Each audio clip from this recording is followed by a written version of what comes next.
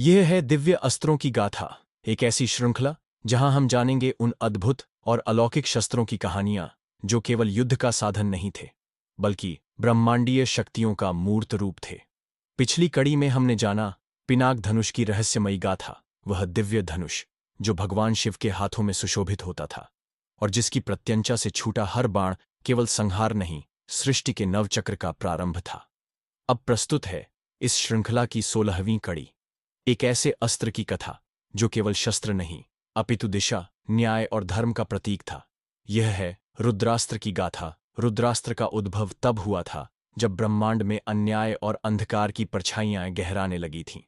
देवताओं ने देखा कि अब केवल शक्ति नहीं बल्कि दिशा की आवश्यकता है। तब भगवान शिव के रुद्र रूप से उत्पन्न हुआ यह अस्त्र, जो न केवल विनाशक था बल्कि मार्गदर्शक भी। इसका प्रयोग केवल वे ही कर सकते थे जिनके अंतःकरण में संपूर्ण श्रद्धा, धैर्य और धर्म के प्रति समर्पण हो।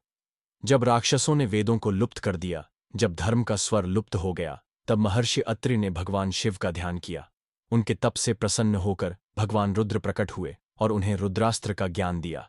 यह अस्त्र केवल युद्ध भूमि में नहीं, जीवन के हर मोड़ पर धर्म और सत्य की राह दिखाने वाला था। इसका प्रयोग तब किया जाता था जब निर्णय कठिन हो, जब मार्ग धुंधला हो और जब अधर्म सत्य का मुखौटा पहन ले।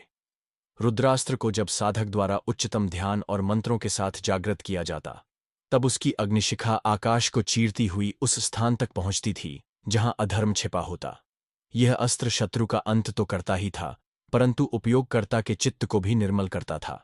रुद्रास्त्र की सबसे विशेष बात यह थी कि यह उपयोगकर्ता को भी परखता था। यदि उसका हृदय पवित्र न हो तो यह अस्त्र स्वयं निष्क्रिय हो जाता। यह अस्त्र केवल रक्षण का नहीं, आत्मज्ञान का भी माध्यम था। यह दिखाता था कि सच्चा युद्ध बाह्य नहीं, अंतरात्मा में है, और जब भीतर का अधर्म नष्ट हो तभी बाहर की विजय संभव है। रुद्रास्त्र एक आंतरिक चेतना का प्रतीक था, एक आहुति जो मोह, क्रोध और लोभ को समर्पित कर आत्मबल की स्थापना करता था। यह दिव्य अस्त्र हमें सिखाता है कि जीवन में जब जब हमें दिशा की आवश्यकता हो, तब रुद्र की ज्वाला हमें मार्ग दिखाती है। केवल बाहरी शत्रु ही नहीं, भीतर के संशय, लोभ और भ्रम को भी यह अस्त्र शांत करता है। ऐसी ही दिव्य शस्त्रों की रहस्यमयी कथाएं जानने के लिए जुड़े रहिए हमारे साथ, क्योंकि अगली कड़ी में करेंगे परिचय उस अस्त्र से जो स्वयं विश्वकर्मा की यंत्र शक्ति से जन्मा था, निर्माण और विनाश दोनों का प्रतीक। अगला रहस्य है त्वष्ट्रास्त्र की कथा।